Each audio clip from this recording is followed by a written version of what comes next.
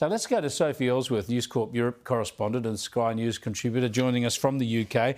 Sophie, this polling for Farage just continues to go up and up, which is astounding given how far off the election is and how he doesn't really have a big party apparatus around him. Yeah, great to be with you, Chris. Look, it really is amazing to see these poll results consistently coming in over the last few weeks and months, showing Reform out in front of Labor and the Conservatives by a country mile, Chris. Now, they've been very big on their anti-migration stance, but there's been criticism that they haven't focused on enough of their other policies.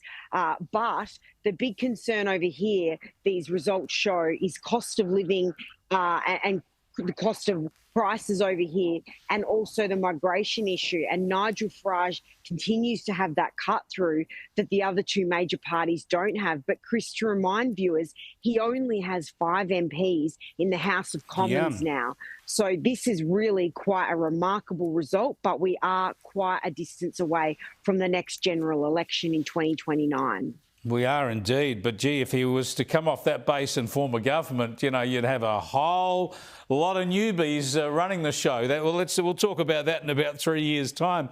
I want to go to the current Prime Minister, Keir Starmer. Of course, he headed off to Egypt earlier in the week with so many other world leaders. And Donald Trump, of course, was the main man there. But look at the way he's belittled Keir Starmer in this exchange.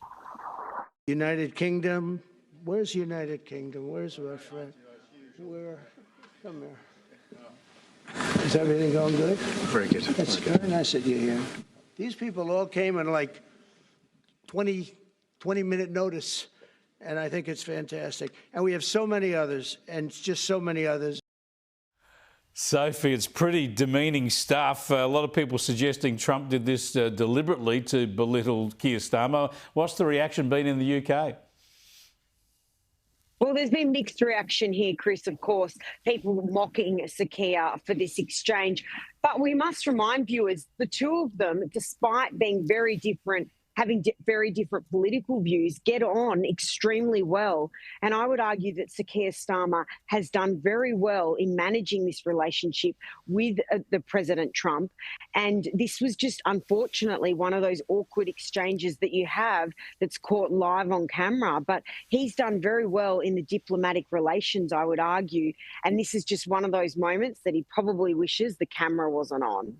Yeah, sure, indeed. Now, I want to come back to a story you've been covering in the UK, and this is the nanny who was jailed over a social media post. Tell us about this.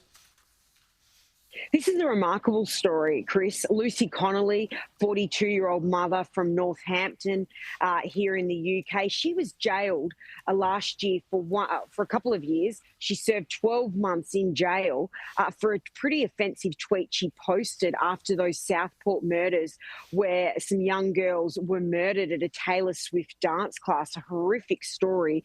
She spoke to me at her Northampton home, and she deleted this tweet within hours, but subsequently, she was sent to court. She was arrested, sent to court, and thrown into jail and served a year behind bars. Now, there's been a lot of concern over this and the issues with free speech. Now, while Miss Connolly admitted it was a pretty grotesque tweet that she made about the asylum seekers living in hotels over here and saying that they should be burnt down, she deleted that tweet very swiftly, Chris, but it didn't matter in the eyes of the court, and she was jailed. So there is concern over some of the policing and court system over here, because there was a Labor councillor who said the throat should be cut of protesters who were protesting about these Southport murders, and he was not jailed. Yeah, it's a matter of how even you apply the law there, but that's very heavy-handed. Mind you, it's a shocking thing to suggest. It's almost incitement to violence. But, hey, people, think before you tweet would be my advice.